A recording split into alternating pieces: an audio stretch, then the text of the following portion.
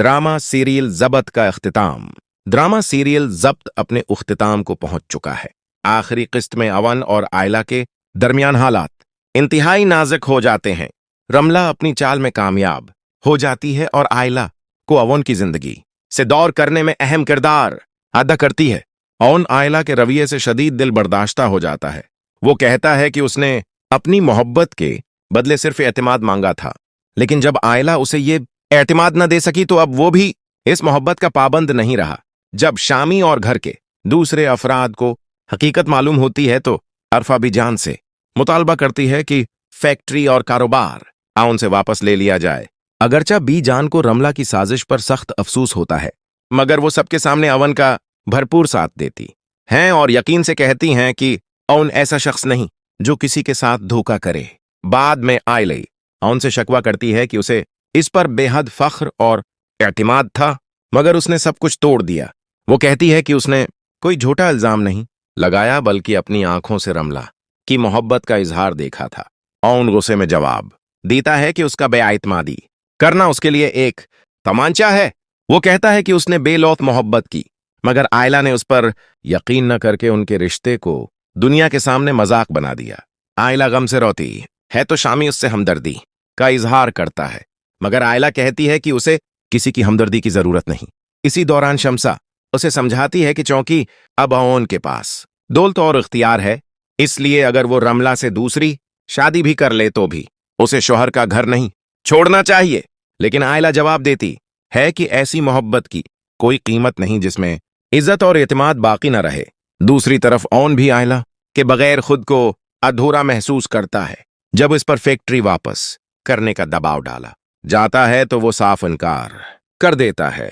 वो ऐलान करता है कि फारूक साहब अपनी जगह पर रहेंगे, मगर शामी को कारोबार में कुछ नहीं मिलेगा। बीजान भी आखिरकार उसी फैसले की तायद करती हैं।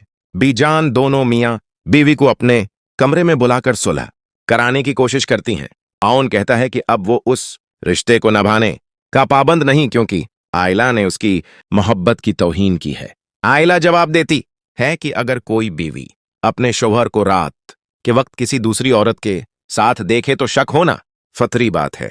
बीजान दोनों को समझाती हैं कि अगर उन्होंने आज ये मसला हल न किया तो अंजाम हमेशा की जदाई हो सकता है। आखिरकार आयला अवन के साथ जिंदगी गुजारने की ख्वाहिश जाहिर करती है। अवन सिर्फ एक वादा मांगता है कि वो आइंदा कभी उस पर शक नहीं करेगी और हमेशा उस पर मुकम्मल एतमाद रखेगी। आयला उसका हाथ थामकर माफी मांगती है। बीजान उन्हें दुआ देती हैं और कहती हैं कि जिंदगी के साथी हर हाल में एक दूसरे का साथ देते हैं। उसके बाद आयला दोबारा अवन के घर वापस आ जाती है। फिर कहानी में वक्त आगे बढ़ता है। आयला हामिला दिखाई जाती है और बाद में अस्पताल में एक सेहतमंद बच्चे को जन्म देती है। पूरा खानदान खुशियों में डूब जाता है और बीजान भी अस्पताल पहुंचकर अपनी खुशी का इजहार करती हैं। मनफी किरदारों का अंजाम। रमला अपनी साजिशों और धोखे की सजा में जेल पहुंच जाती है। शामी फारूक साहब उसे घर से निकाल देते हैं और मुल्क छोड़ने पर मजबूर कर देते हैं। अरफा आखिरकार तन्हाई, पशिमानी और अपने आमाल के नतायज के साथ अकेली रह जाती है और उसकी जिंदगी से सुकून खत्म हो जाता है। उसके बाद आयला दोबारा अवन के घर वापस आ जाती है। फिर कहानी में वक्त आगे बढ़ता है। आयला हामिला दिखाई जाती है और बाद में अस्पताल में एक सेहतमंद बच्चे को जन्म देती है। पूरा खानदान खुशियों में डूब जाता है और बीजान भी अस्पताल पहुंचकर अपनी खुशी का इजहार करती हैं। मनफी किरदारों का अंजाम। रमला अपनी साजिशों और धोखे की सजा में जेल पहुंच जाती है। शामी फारूक साहब उसे घर से निकाल देते हैं और मुल्क छोड़ने पर मजबूर कर देते हैं। अरफा आखिरकार तन्हाई, पशिमानी और अपने आमाल के नतायज के साथ अकेली रह जाती है और उसकी जिंदगी से सुकून खत्म हो जाता है। नाजरीन, आखिरकार ड्रामा ज़ब्त अपने अख्तिताम को पहुंच गया और आखिरी किस्त ने ये साबित कर दिया कि मोहब्बत सिर्फ जज्बात का नाम नहीं, बल्कि एतमाद, सब्र और एक दूसरे पर यकीन का नाम भी है। कहानी के अख्तिताम पर अवन और आयला के दरमियान गलत फहमियां अपने उरूज पर पहुंच जाती हैं। रमला अपनी चाल में वक्ती तौर पर कामयाब हो जाती है और दोनों मियां बीवी के दरमियान ऐसा शक पैदा कर देती है कि अवन का दिल टूट जाता है। अवन का कहना था कि उसने इला से मोहब्बत के बदले सिर्फ एतमाद मांगा था, लेकिन जब वो एतमाद ही न मिला तो मोहब्बत भी अपनी अहमियत खो बैठी।